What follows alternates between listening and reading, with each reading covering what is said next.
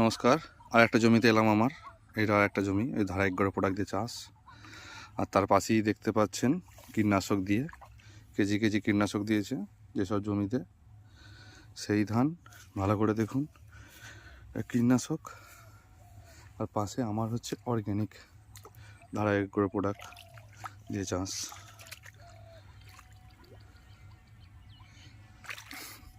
এখন দেখাবো কীটনাশকের কটা কাটি।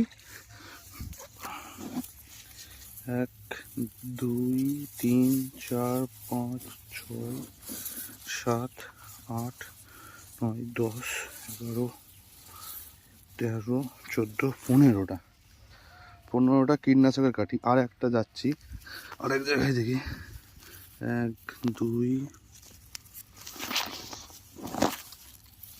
3 4 6 7